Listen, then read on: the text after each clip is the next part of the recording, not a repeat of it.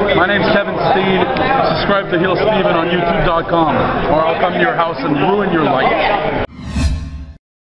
What's up, y'all? So it's me, it's Steve, back at it one more time with a new video. Thank you all for tuning into this video, watching the video, tuning back into the channel. If you're new here, hit that big old subscribe button down below. Give this video a big old thumbs up. Also, follow me over on Twitter at Heel Steven, where I tweet throughout most of these shows. So this will be my WWE NXT review recap for November 29, 2017. I'll be very honest with you guys. Well, NXT this week was a solid show. Keep this in mind. It wasn't like anything from Full Sail or any follow-up from TakeOver Houston. This pretty much was a house show that they did. I assume this was before TakeOver, and they just put it on TV. They just added commentary of Mauro Ranallo and Percy Watson. They had some random chick do ring announcing, and it was kind of like cringeworthy in my opinion, but hey, I'm gonna leave it at that. But guys, give me your thoughts down below in the comment threads of this video, your take on NXT, if you enjoyed it or not.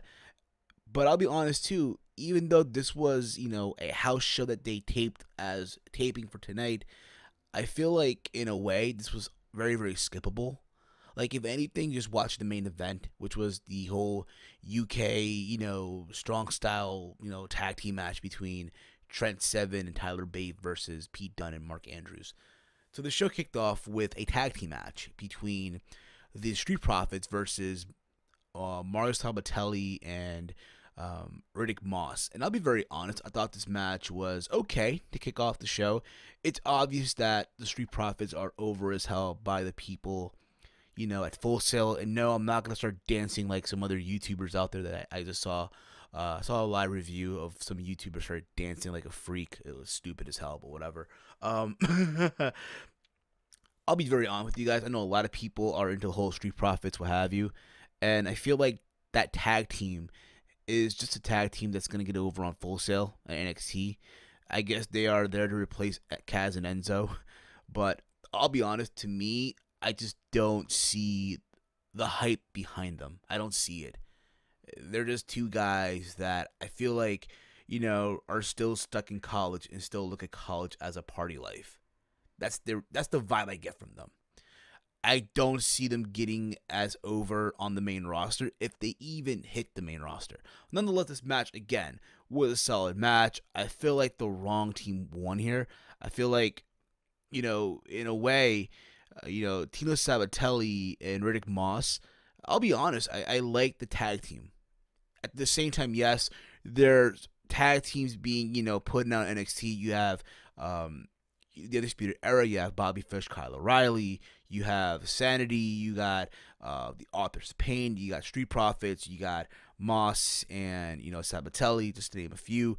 But when I look at Sabatelli and Moss, they remind me of, you know, a throwback in some way, shape, or form to Power and Glory. Like, I guess, you know, Riddick Moss is Hercules, and Tino Sabatelli is like a young Paul Roma in a way. But overall, again, this match was just there. It was an okay way to kick off the show. I personally felt the wrong team won. But hey, again, it's a house show, and you get what you get, right? We then get a video clip talking about what happened to Drew McIntyre, him being gone now for at least the end of the year. And apparently next week we're going to get a celebration of Andrade Cien Alma being the NXT champion. That's pretty cool to hear. We're also, you know, we got like a video clip what happened last week at the end of Johnny Gargano versus Pete Dunne, where Pete Dunne was confronted by Tyler Bate and Trent Seven for what Pete Dunne did a while back, you know, when the whole, you know, it was pretty much Wolfgang and Pete Dunne. And the Undisputed Era came out, and Pete Dunne left Wolfgang high and dry. There's a moment in that whole thing you gotta remember where Pete Dunne went back to the ring just to pick up his belt. And the main event, obviously, was a tag team match tonight, where Mark Andrews joined Pete Dunne to take on Tyler Bate and Trent Seven. But that, again, that whole video package was to hype up the main event tonight. We then get Peyton Royce versus Kairi Sane. I thought this match was okay. Again, a house show, keep this in mind, so they're not going to go all out here, if you will. You know, a lot of people are upset that Billy Kay and Peyton Royce are not on the main roster right now. Like, you look at the main roster right now, you have, Liv Morgan, Sarah Logan, Ruby Riott, Mandy Rose, Sonya Deville, who are up on the main roster now. They're each part of a group, what have you. The way I look at it too, yes, Peyton Royce, Billie Kay should be up there too, but at the same time, it's good if they go not as part of a faction. Remember, they are the iconic duo. The last thing you want to have them do is go up on the main roster as part of some faction, and they won't stand out just by that alone. Eventually, I do feel they will be up on the main roster. Most likely, I will say after Mania weekend. Who the hell knows, but we'll see. But this match overall, again, Peyton Royce, Kairi Sane, it was an okay match where Kairi Sane won with her diving elbow. We then get the main event of this entire evening. We get Tyler Bate, Trent Seven versus Pete Dunne and Mark Andrews. The crowd was over for this match. People were going crazy. Obviously, this was the match of the night. Just a whole back and forth here. There's some dirty tactics by Pete Dunne where he did like a blind tag on Mark Andrews, but the referee didn't see it. Just so Pete Dunne can attack Trent Seven. This back and forth match. It was all said and done, right? Tyler Bate got the pinfall win on Pete Dunne. So pretty much, I'm assuming here, there will be a rematch between Tyler Bate and Pete Dunne, most likely at one of these NXT taping that they're doing. Maybe at a takeover, who knows? But I just see it happening more than anything on the tapings for NXT coming up at Full Sail. Just a lot of double teams here, a lot of cool tricks by Mark Andrews and Pete Dunne. But at the end of the match, right, you see this frustration on Mark Andrews, but Pete Dunne goes in to attack him. The crowd goes crazy, and then he gets back into the ring, hits the bitter end on Mark Andrews, and walks away. That's how they close the show. I'll say this overall.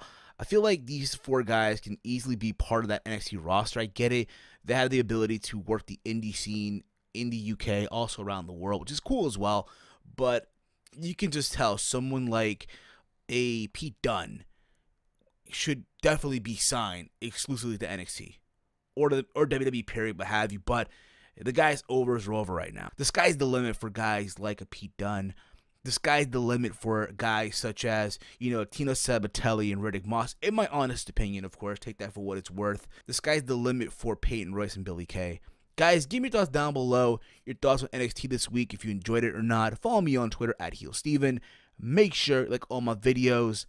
And as always, guys, hate, comment, and subscribe. And remember, it's wrestling and whatever. It's me, Steve, and I'm out.